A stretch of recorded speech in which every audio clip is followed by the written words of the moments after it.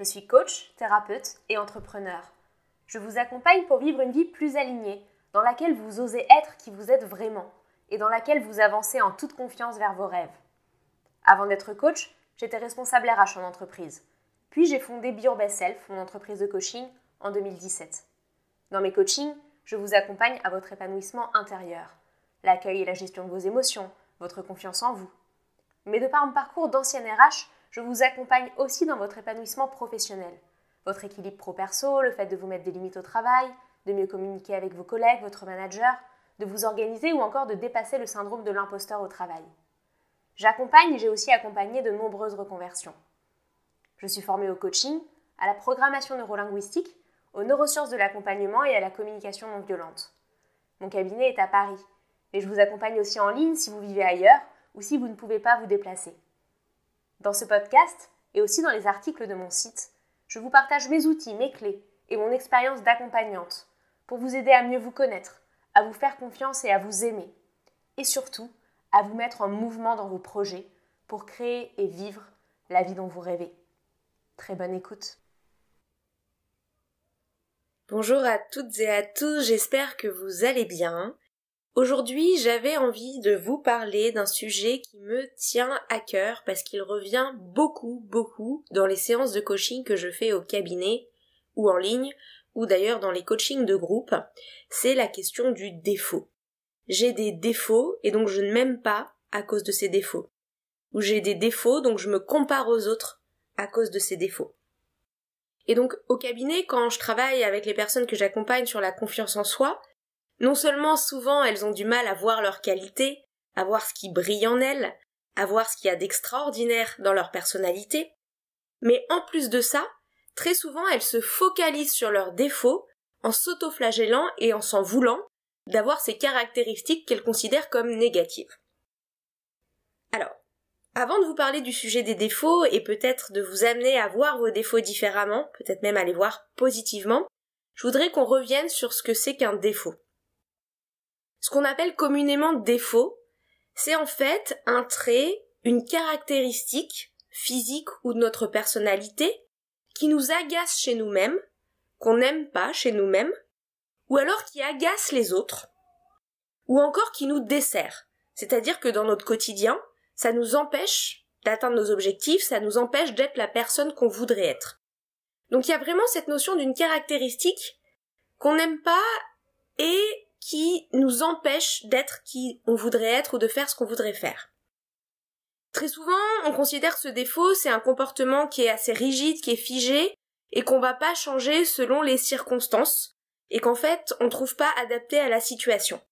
Par exemple, la timidité, c'est l'idée de se dire que, qu'on soit à une soirée ou au travail, avec des personnes qu'on connaisse ou avec des personnes qu'on connaisse pas, on a ce trait de caractère. On a cette timidité. Si on est impatient, ça peut dire qu'on est aussi bien impatient avec ses enfants quand ils s'habillent le matin qu'au travail avec un collègue qui doit vous rendre un dossier. Donc, dans cette notion de défaut, il y a quand même aussi une notion de rigidité, de quelque chose qu'on n'arrive pas à changer ni à adapter selon les circonstances et les situations. Attention cependant, je parle pas ici de troubles de la personnalité. On parle en psychologie de troubles de la personnalité quand ce comportement figé, rigide, inadapté et inadaptable est vraiment un poids pour nous au quotidien et d'une rigidité telle en fait qu'il ne change jamais. Donc typiquement la timidité, on serait même timide avec son conjoint ou avec sa compagne. Là on est vraiment dans un cas de timidité extrême avec une énorme rigidité du trait de caractère.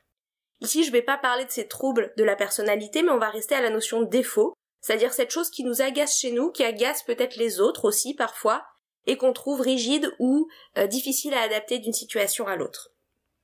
Sauf que le problème, quand on n'aime pas nos défauts, justement, c'est qu'on s'empêche très souvent de les dépasser. Pour transcender ces défauts, pour transcender ces caractéristiques qu'on n'aime pas chez soi, il faut en fait apprendre d'abord à les aimer. Et c'est le premier point dont je vais vous parler. Et plus que ça, il faut aussi réaliser qu'en plus, tous nos défauts ne sont pas forcément des problèmes.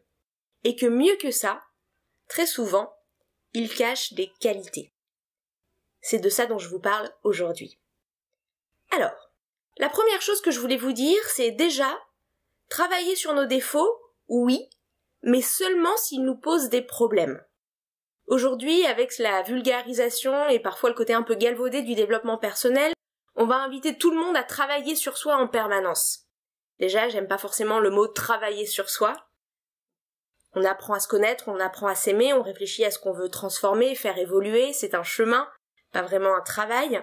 Mais en tout cas, dans le monde du développement personnel aujourd'hui, on va souvent nous inviter à travailler sur nous en permanence.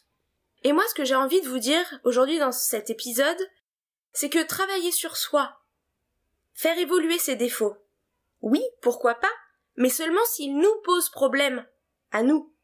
Les défauts qui ne nous gênent pas.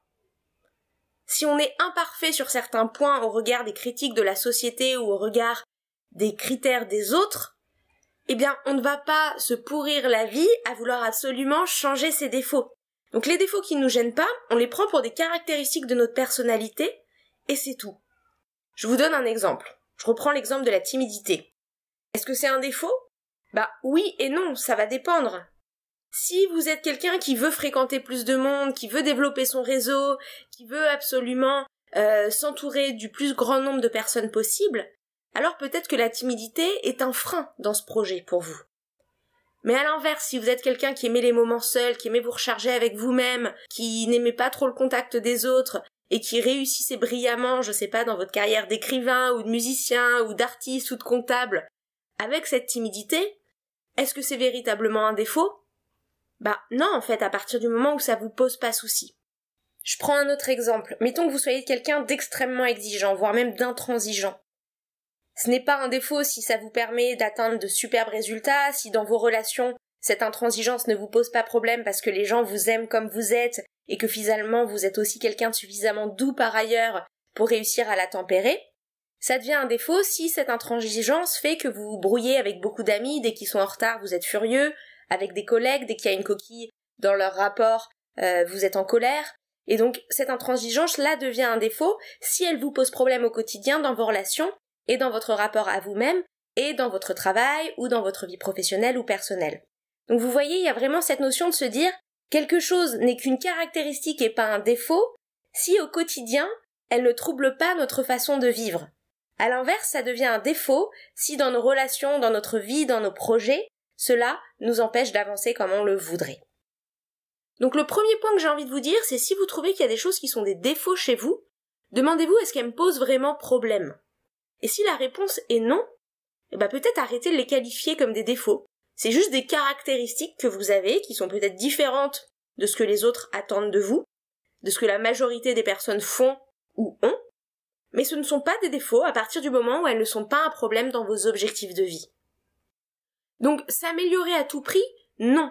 Je vous invite vraiment pas à vous épuiser à être parfait. D'ailleurs, être parfait, c'est quelque chose qui est impossible, c'est un combat perdu d'avance. Donc, ne vous épuisez pas à chercher à travailler sur toutes les caractéristiques de votre personnalité qui, selon vous, ne sont pas assez, mais demandez-vous juste lesquelles vous posent souci, lesquelles vous aimeriez améliorer pour mieux atteindre vos projets, pour mieux être la personne que vous voudriez être dans votre vie. Et celles-là, bien sûr, travaillez-les, mais sinon, regardez surtout vos forces. Développez ce que vous avez déjà, ce qui vous sert dans vos projets, ce qui vous sert dans votre vie. Donc ça, c'est le premier point. Faire évoluer ce qu'on appelle ces défauts, pourquoi pas, mais seulement s'ils sont des entraves à nos projets. Ensuite, la deuxième chose que j'ai envie de vous partager aujourd'hui, c'est qu'on peut changer de regard sur ces défauts. Parce qu'en fait, l'envers d'un défaut, finalement, c'est quoi? C'est une qualité. Alors là, vous allez vous dire que peut-être je déraille complètement, mais pourtant, c'est promis, derrière chacun de vos défauts, il y a une qualité. Je vous donne des exemples. Si vous avez ce perfectionnisme qui vous pose problème, car il vous oblige à une rigueur incessante, vous crée beaucoup d'anxiété et beaucoup d'épuisement à toujours refaire, à jamais lâcher prise. Oui, c'est sûr, il y a ici une caractéristique qui vous fatigue, qui vous crée du tort. Mais derrière, il y a une belle qualité, regardez, il y a une rigueur qui vous permet peut-être de voir les coquilles là où les autres ne les ont pas vues, de faire en sorte que tout se passe toujours au mieux quand vous organisez un événement. Donc oui, bien sûr, il y a peut-être un défaut puisqu'il vous pose problème, mais derrière, il y a aussi une belle ressource, une belle qualité.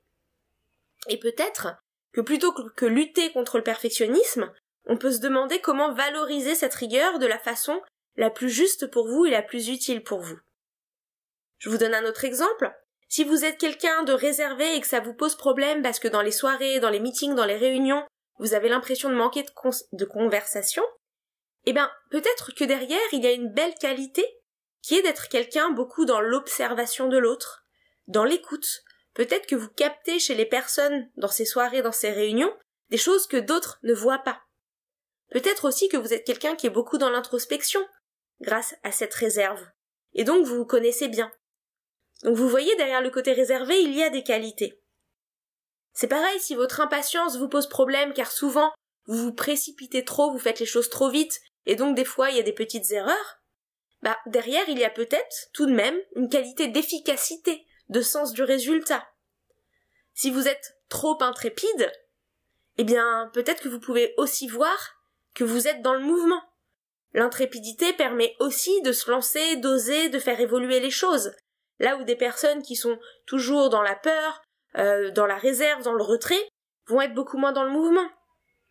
Si vous vous considérez comme trop bavard, peut-être que vous pouvez aussi voir que derrière, vous avez cette capacité à rentrer en lien, à créer la conversation, à créer l'animation. Donc vous voyez, j'ai envie de vous inviter à changer de regard sur vos défauts. S'il y a des choses qui vous posent problème, demandez-vous quelle qualité se cache derrière ce défaut.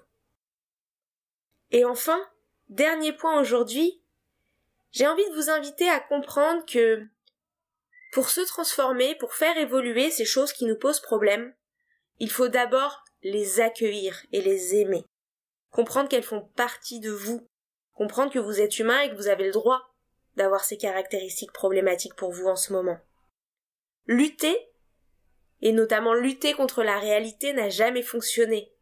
Lutter contre le fait qu'aujourd'hui vous êtes trop réservé ou trop impatient ou trop perfectionniste, ça n'a jamais fonctionné. L'autoflagellation et le dénigrement non plus ne fonctionnent pas. D'ailleurs, un enfant n'apprend que mieux lorsqu'on est doux avec lui, lorsqu'on l'encourage à se transformer, lorsqu'on lui apprend à s'aimer comme il est, pas lorsqu'on le houspille ou qu'on le dénigre pour ce qu'il est. Donc en cessant de lutter contre ses défauts, mais plutôt en accueillant qu'ils sont là, pour ensuite mieux les transformer et réfléchir à la façon dont vous voulez les transcender, eh bien c'est comme ça qu'on se transforme.